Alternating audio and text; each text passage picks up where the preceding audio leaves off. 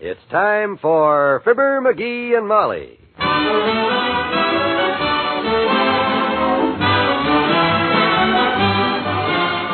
Sundays through Thursdays, NBC brings you Fibber McGee and Molly transcribed. The show is written by Phil Leslie and Ralph Goodman and directed by Max Hutto.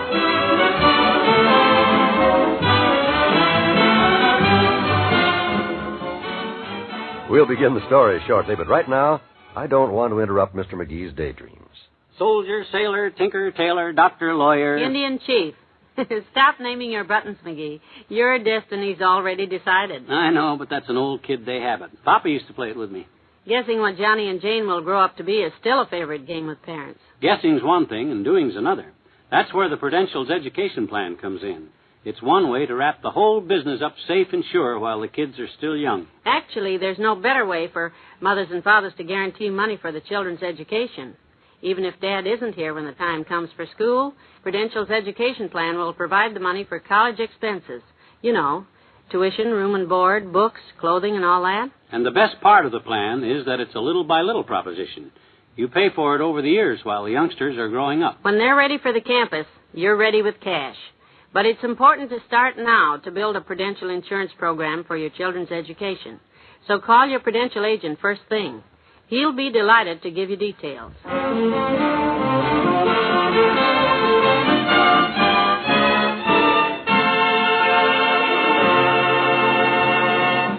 Funny thing about manual labor. You give the average guy a spade and tell him there's buried treasure around here someplace, and he'll dig up a square block without even getting winded. But give the same guy the same spade and tell him you want your flower beds dug up. Here's what he sounds like.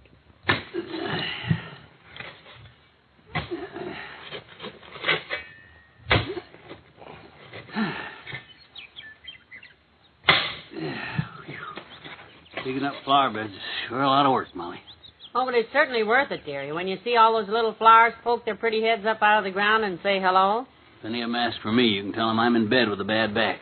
Because that's where I'll be when this job is done. Oh, you're Mommy's big, strong boy. You can do anything. Say, hi there, neighbors. Oh, hello, Lester. Hi. The reason I came over is to bring you something, Miss McGee, a package of flower seeds. Oh. We sent a dime to our congressman, me and Sally, and he sent us 2 packs of these by mistake instead of 1.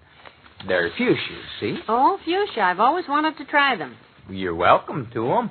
You have to plant them in the shade, though. See what it says there? Shade. Gee whiz, Molly, the only shady spot out here is alongside Alyssa's fence there, and that ground's harder than a flop house bed over there. Oh, it's not too hard for you, I bet. You're Mommy's big, strong... Give me the seeds. Gee, well, Here you are. Thanks, Lester. Very nice of you to do Oh, this. that's all right, Miss McGee. I like to be neighborly. After all, what are neighbors for? A good question. If not to help each other out, I always say. You know, I think that's what's the matter with the world today. Neighbors ignoring each other's problems instead of working side by side. Together.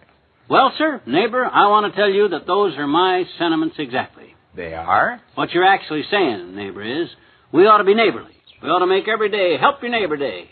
In fact, it'd be a fine thing to have a Help Your Neighbor Week. Right, neighbor? Well, yeah, I guess that'd be a fine... And since we both feel that way about it, why not start right now, this minute? Now, McGee, I know what you're up to, and don't Because after all, that's true neighborism. Helping your neighbor, right? Neighbor? McGee, that's... By golly, I'm glad we think alike, Mr. McGee. And if you want to start Help Your Neighbor Week right now, you can count on me. You got another shovel? Right there behind you, neighbor. Good. Now, you just come along with me. Huh? A couple of months ago, they dumped some coal in our cellar by mistake. You see, we got an oil burner, and I've been wanting to shovel it all in barrels and send it back with a nasty note. And with your help... Hey, come back here with that shovel. Neighbor, hey, Les. Well, of all the silly wise guys...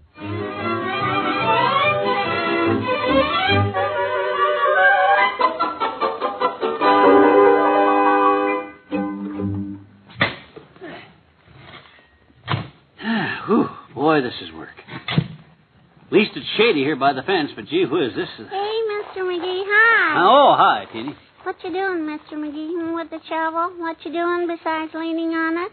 I'm digging up a flower bed so Mrs. McGee can plant some flowers, sis, and I'm in no mood for light conversation, so don't start anything. What's this for, mister? What's this for, this little hole here? Did you make this little hole here? No, and run along, will you, because... Let me see there a minute.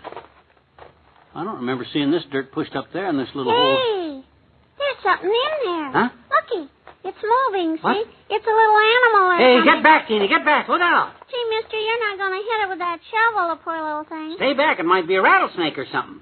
Rattlesnakes don't burrow, mister. Hey, here he comes. He's poking his little head out. Yeah. Well, for the...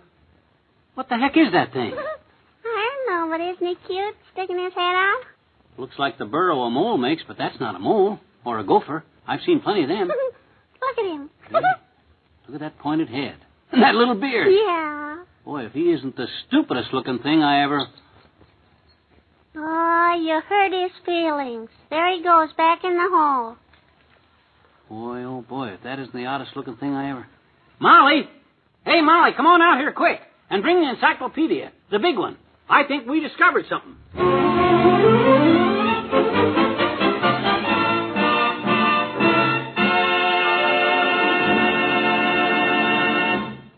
There's more fun with the McGee shortly. Our natural resources are an integral part of this nation's strength and security. And yet, every day, good Americans go into our invaluable forests and grasslands and set flaming torches to them. These fires, an average of 500 of them every day last year, burned an area that would make a strip nearly a mile wide around the Earth at the equator. It would be impossible to total the actual amount of damage done, of our national loss in dollars, in vitally needed timber, rangelands, wildlife, homes, property, and lives destroyed. And most appalling of all is the fact that 90% of this destruction was due to human carelessness or indifference. Yes, only 10% of all forest fires are caused by lightning. The rest are caused by men, women, and children. A little care, a little thoughtfulness is all that's needed to eliminate forest and grass fires. When you're out in the open, be doubly cautious. Don't throw away lighted cigarettes or matches and leave a campfire unattended. Always remember, only you can prevent forest fires.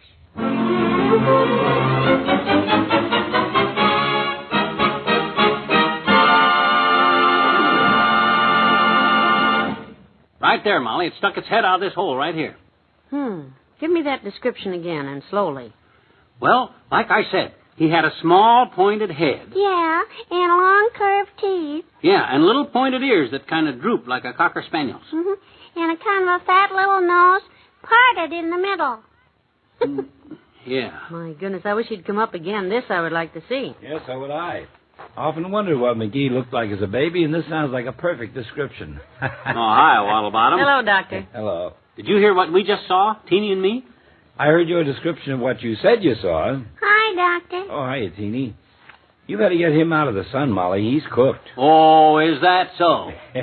That's just like you, you big antiseptic skeptic. If it ain't something you can give ether to and take tonsils out of, you don't believe it. But you believe us, don't you, Molly? Sure, don't you, Miss McGee? Oh, never mind, Teeny. We're just wasting our time. Columbus had the same problem. Same kind of people. Disbelievers. Oh, now, McGee, I didn't say I didn't believe you. It's just, well, such a strange-sounding thing. Yes, if whatever you saw would stick his head out of that hole so Molly and I could get a look at it. Wait a minute. Shh. I think I hear something scratching down there. Yeah, everybody be quiet. Maybe he'll come out again. And if he does, no cracks now about how funny looking he is.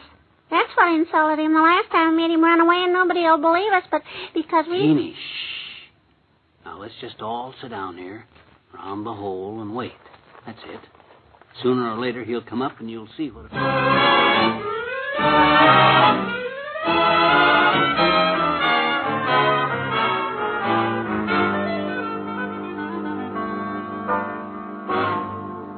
Hey, Molly, Doc, come on back, please. Any minute now. Yeah, he's been down in there a whole hour. He's got to make a break for it sometime. Yeah. Sorry, Teeny, I gotta go.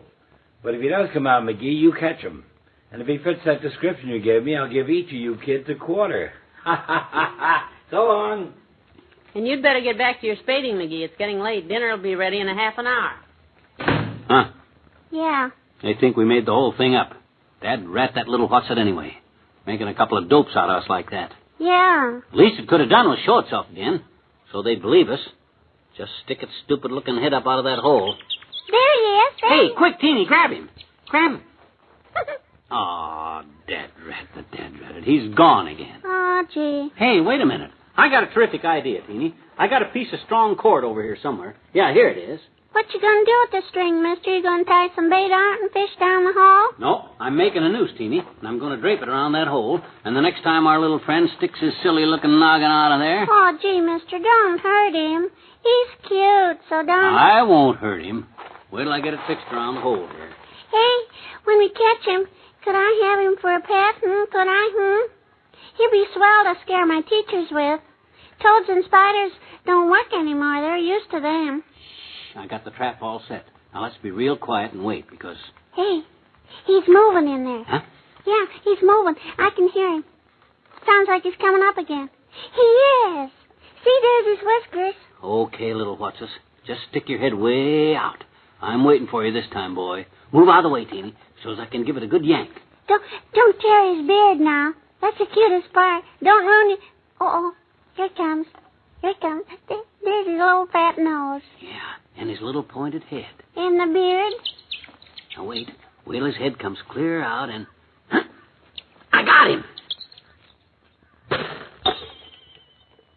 Hey, what the heck? He flew apart. Hey, gee whiz, Mr. McGee. Now you went and broke it. What? Oh, you ruined my little mechanical chipmunk. I didn't have a chance to pull a gag on anybody but you. Gag? You mean? Gag, you mean? Sure, I spent a whole half hour digging that hole and getting him all set.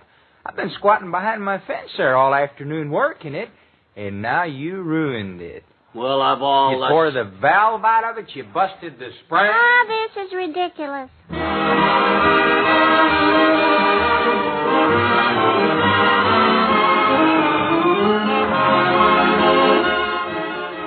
We'll say goodnight to Fibber and Molly in a moment. You have never heard anything like Monitor. Monitor, the newest of the new in NBC radio that defies description. Every secret door of the world opens up when you listen to Monitor. Starting this coming Saturday in the early morning until late Sunday evening, Monitor utilizes the speed of radio, the immediate sound of radio, the gigantic scope of radio to bring you anything and everything from the world of entertainment and ideas.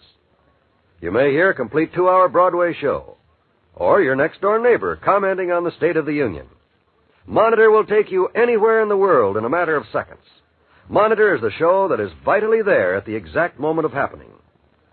Hear this exciting and unusual new program, Monitor, starting Saturday. And your friends, the McGees and the Great Gildersleeve, will be heard on Sundays as usual.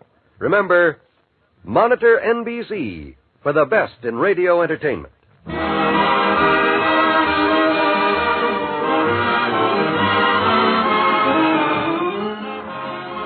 heaven's sake, is that what that was out in our yard, a mechanical chipmunk? Yeah, Les bought it in a gag shop. It has a long rubber tube attached that you bury in the ground, and every time you squeeze the rubber ball, his little head pops out of the hole and his ears stand up, and he makes that funny noise that Teeny and I heard. Oh, what'll they think of next? And why? Well, can I or can't I? Okay, here's $1. Who are you going to try it on? Doc Gamble, the big skeptic. Who else? Boy, oh boy, I can't wait to see the look on his fat puss when the thing pops out of that potted geranium down to his office and the patients all run. Dearie, before you go. Hmm? Oh, yeah. Good night. Good night, all.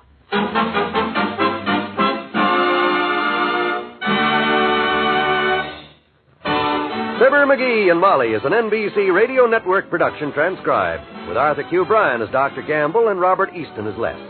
This is John Wald making a date with you for tomorrow, same time, to hear another zany adventure involving Fibber McGee and Molly.